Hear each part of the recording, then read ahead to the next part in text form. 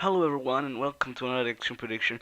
Today we have a 2024 election prediction between Kamala Harris, Senator from the great state of California and one of the top names of the 2020 Democratic nomination against the President Donald Trump, and Ted Cruz, Jr. Senator from the great state of Texas, and who lost the Republican primary against the incumbent President Donald Trump. So, a number of these states that Ted Cruz will easily carry are the states that the Republicans easily carry and overwhelmingly carry every election, and I think he will also carry the state of Arizona, the state of Texas, obviously, and parts of the South, due to his appeal to the Southern voters and the white Southern voters. They are one of the most conservative states in the Union. He would also carry the state of Alaska, while Kamala Harris will obviously carry the states of the West Coast. She will carry New Mexico and Colorado due to her appeal to the Latino population and also to immigrants population from California in the states of Colorado and New Mexico.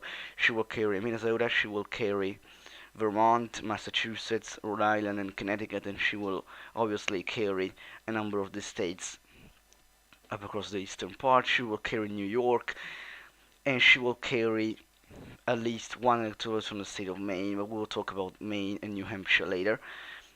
And she will carry the state of Illinois and the state of Hawaii. So we have 207 electoral saved for Kamala Harris and 175 for Ted Cruz. And now let's go into the margins of victory for this 2024 election. So first, I think Ted Cruz will carry the state of Iowa due to his appeal to our Iowa voters. In fact, he won the primary there in the state of Iowa, so that's why I think he will win there. But on the other hand, I think he will lose the state of North Carolina by a small margin. He will not win Virginia, a Democratic state recently, and I think he will not carry the states of Pennsylvania, Michigan, and Wisconsin that will return back to the Democratic column. And so on our map, we have already a victory for the Democrats, so 281 electorates for Kamala Harris to 181 for Ted Cruz. Now, I don't think Ted Cruz will carry the state of Nevada for obvious reasons. Donald Trump's net approval there is very low, and this state primary went for Donald Trump. And I don't think Ted Cruz will carry the state of Georgia, and I either don't think that he will carry the state of Florida. Even though Donald Trump's approval there is +5 in Georgia and Florida and +3 in North Carolina, I don't see the state going to Ted Cruz because they voted for Donald Trump in the primary, so they don't like Ted Cruz very much.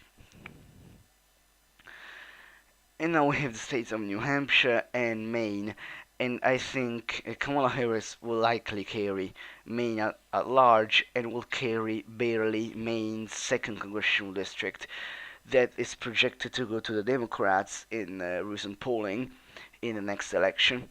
And I think she will also likely carry the state of New Hampshire by a much larger margin than Hillary Clinton did in 2016 against Donald Trump.